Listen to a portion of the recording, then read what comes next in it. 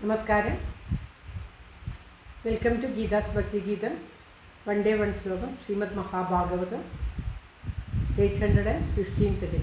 Today 37th sloka of Prathama Skandam 8th chapter. For details please see the description box. Geetha's ഭക്തി ഗീതം ഒരു ദിവസം ഒരു ശ്ലോകം. ശ്രീമദ് മഹാഭാഗവതം ഇന്ന് പ്രഥമ സ്കന്ധത്തിലെ 37ാമത്തെ ശ്ലോകം, 815ാം ദിവസം. ഓം നമോ ഭഗവതി വാസുദേവായ. ഓം ശ്രീകൃഷ്ണ പരമാത്മനേ നമ. ഹരിശ്രീ ഗണപതയേ നമ. അവിഘ്നമസ്തു ശ്രീ ഗുരുഭ്യോ നമ. ഓം തത്സത്. കൃഷ്ണം നാരായണം വന്ദേ, കൃഷ്ണം വന്ദേ വ്രജപ്രിയം, കൃഷ്ണം ദ്വൈപായനം വന്ദേ, കൃഷ്ണം വന്ദേ പ്രദാസുതം. ശ്രീപരമാനന്ദനാഥനായി അദ്വൈതദീപമായി, മോക്ഷേക്ഷു വൃന്ദമന്ദാരമായി, കാരുണ്യവാരിധിയായി വിഭൂദേശനാം നാരായണൻ മമ മന്ദത മാറ്റണം. ഓം തത്സത്. പ്രഥമസ്കന്ധത്തിലെ 8ാമത്തെ അധ്യായത്തിലെ 37ാമത്തെ ശ്ലോകം. കുന്തിദേവിയുടെ സ്തുതി തുടരുകയാണ്. ശൃണ്വന്തി ഗായന്തി ഗൃണന്ത്യ ഭീഷ്ണശ, സ്മരന്തി നന്ദന്തി തവേഹിതം ജനാ, തയേവ പശ്യന്ത ജിരേണ താവകം, ഭവപ്രവാഹോ പരമം പദാംബുജം. ഓം തത്സത്. ശൃണ്വന്തി ഗായന്തി ഗൃണന്ത്യ ഭീഷ്ണശ, സ്മരന്തി നന്ദന്തി തവേഹിതം ജനാ, തയേവ പശ്യന്ത ജിരേണ താവകം, ഭവപ്രവാഹോ പരമം പദാംബുജം. ഓം തത്സത്.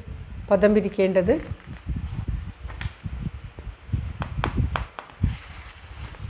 ഓം തത്സത്. ശൃണ്വന്തി ഗായന്തി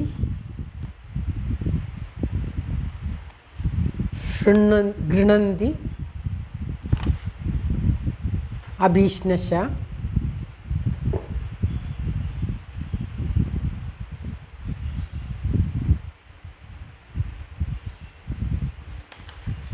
സ്മരന്തി നന്ദന്തി തവ ഹിതം,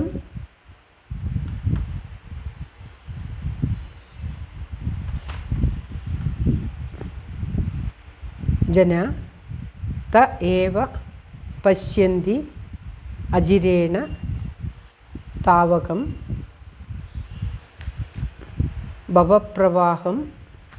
ഭവപ്രവാഹോ പരമം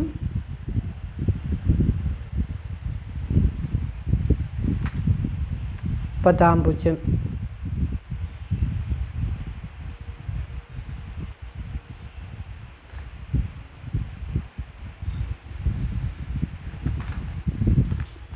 യേ ജന ഏതു ജനങ്ങൾ, തവ അങ്ങയുടെ, ഈഹിതം തവേഹിതം തവ ഈഹിതം, തവേഹിതം എന്നുള്ളത് സ്മരന്തി നന്ദന്തി തവേഹിതം, തവ ഈഹിതം,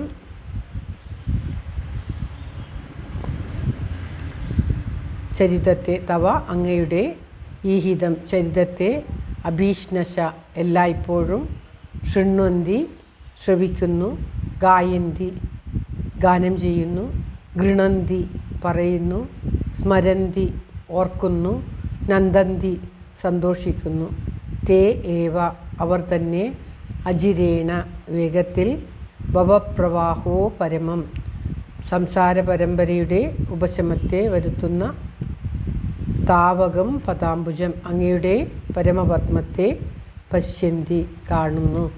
അതായത് ആ ഭഗവാന്റെ പാദങ്ങളെ, പരമപാദങ്ങളെ ദർശിക്കുക എന്ന പറഞ്ഞാൽ ഭഗവാനെ അറിയുക, ഭഗവാനിൽ ലയിക്കുക എന്നതാണ്.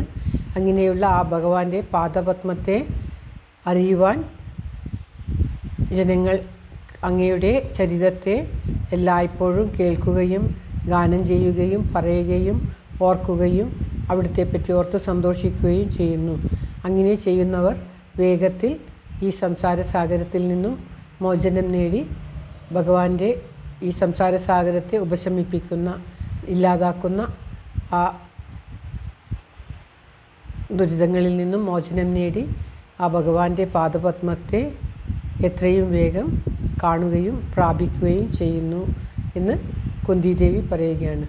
ആ ഭഗവാന്റെ ലീലകളുണ്ടെങ്കിൽ മാത്രമേ നമുക്ക് അതേപ്പറ്റി പറയുവാനും കേൾക്കുവാനും ചിന്തിക്കുവാനും ഒക്കെ സാധിക്കുകയുള്ളൂ. ഒന്നുമില്ലാത്ത ശൂന്യത്തെ ചിന്തിക്കുവാൻ വളരെ പ്രയാസമാണ്. ഭഗവാൻ ആ ഒന്നുമില്ലാത്ത, എന്താണ് ചിന്തിക്കുവാൻ സാധിക്കാത്ത, നമ്മുടെ അവയവങ്ങൾ കൊണ്ട് ഒന്നും തന്നെ അറിയാൻ സാധിക്കാത്ത, ഇന്ദ്രിയങ്ങൾ കൊണ്ടൊന്നും അറിയാൻ പറ്റാത്ത ഒരു സംഗതിയാണ് ഭഗവാനെങ്കിലും ആ ഭഗവാനിൻ്റെ ഇന്ദ്രിയങ്ങൾ കൊണ്ട് സ്മരിക്കുകയും കേൾക്കുകയും കാണുകയും പ്രകീർത്തിക്കുകയും ആ ഭഗവാനെ ആലോചിച്ച് സന്തോഷിക്കുകയും ഒക്കെ ചെയ്യുമ്പോൾ കാണാനും പറയാനും കേൾക്കാനും ഒന്നും പറ്റാത്ത ആ ഭഗവത് സ്വരൂപത്തെ നമുക്ക് അനുഭവവേദ്യം, ഇന്ദ്രിയങ്ങളല്ലാത്ത ഒരു ആറാം ശക്തി കൊണ്ട് ഭഗവാനെ അനുഭവവേദ്യമാകും. അതിനു വേണ്ടിയുള്ള മുന്നൊരുക്കങ്ങളാണ് ഇവയൊക്കെ.